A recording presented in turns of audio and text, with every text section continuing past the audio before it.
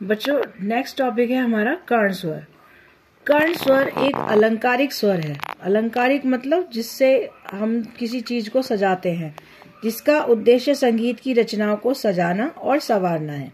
मूल स्वर के साथ जो स्वर थोड़ा सा स्पर्श हो जाए उसे कर्ण कहते हैं। मूल स्वर बोलते हैं जो मेन स्वर हम गा रहे हैं, ठीक है, उसके साथ हल्का सा कोई स्वर दूसरा स्वर टच जब होता है, हल्का सा स्वर जब हम लेते हैं तो उसको हम कर्ण स्वर कहते हैं।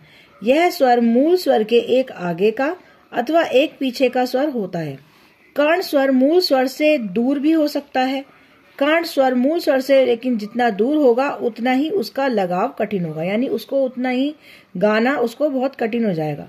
यदि मूल स्वर और कर्ण स्वर की दूरी अधिक होगी तो कर्ण और मींड में अंतर करना कठिन हो जाएगा। कर्ण दो प्रकार के होते हैं, एक होता है पूर्व लग्न कर्ण और एक होता है अनुलग्न कर्ण। पूर्व लग्न कर्ण वो होता है जो मूल स्वर के बाईं ओर लिखा जाता है। जैसे यहाँ पे मेन स्वर आपका मूल स्वर है गा, तो गा के पहले जो लिखा जाएगा बाईं ओर, तो वो आपका पूर्व लग्न कर्ण होगा, ठीक है। उसी तरीके से अनुलग्न कर्ण मूल स्वर के दाईं ओर लिखा जाएगा। जैसे ये मूल स्वर मान लो गा है, तो गा के अगला वाला जो स्वर है वो माँ होगा, तो माँ स्वर इसका अनुलग्न कर्ण है। बेटा अब इसके अति लघु प्रश्न देखिए। कर्ण कैसा स्वर है? एक अलंकारिक स्वर। कर्ण का क्या उद्देश्य है? संगीत की रचनाओं को सजाना और संवारना। मूल स्वर के साथ जो स्वर थोड़ा सा स्पर्श हो जाए उसे क्या कहते हैं? कर्ण स्वर। बेटा वन वर्ड में क्वेश्चन आ सकता है कि मूल स्वर के साथ जो स्वर थोड़ा सा स्पर्श हो जाए उसे क्या कहते हैं।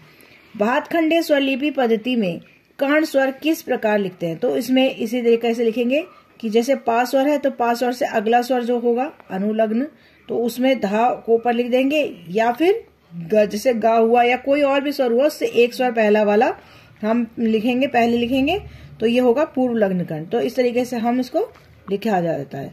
कर्ण स्वर के कितने प्रकार होते हैं? तो दो प्रकार हैं, पूर्व लग्न कर्ण और अनुलग्न कर्ण। वह स्वर जिसका स्पर्श इच्छित मूल स्वर गाने से पहले किया जाए उसे क्या कहते हैं? उसे हम पूर्व लग्न कर्ण कहते हैं। और जैसे मेन स्वर गा हो गया और उसके ऊपर हल्का सा रे लिखा हुआ है। वह स्वर जिसका स्पर्श इच्छित मूल स्वर गाने के बाद किया जाए उसे क्या कहते हैं? अनुलग्न कर्ण कहते हैं उसे। जैसे पा और पा के साथ में ही ये धा लिखा हुआ है। फिर कर्ण स्वर का दूसरा नाम क्या है? कर्ण स्वर को बेटा स्पर्श स्वर भी कहा जाता है। तो ये वन वर्ड में ये भी क्वेश्चन आ सकता है कि कर्ण स्वर का दूसरा नाम क्या है? स्पर्श स्वर। या हो सकता है आपको ये बोला जाए कि किसी स्वर का आप स्पर्श स्वर लिख दीजिए।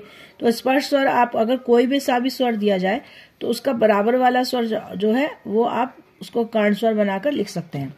कर्ण का क्या अर्थ होता है? अर्थ होता है उसका वैसे तिनका, यानी तिनका मात्र सा ही वो यूज किया जाता है।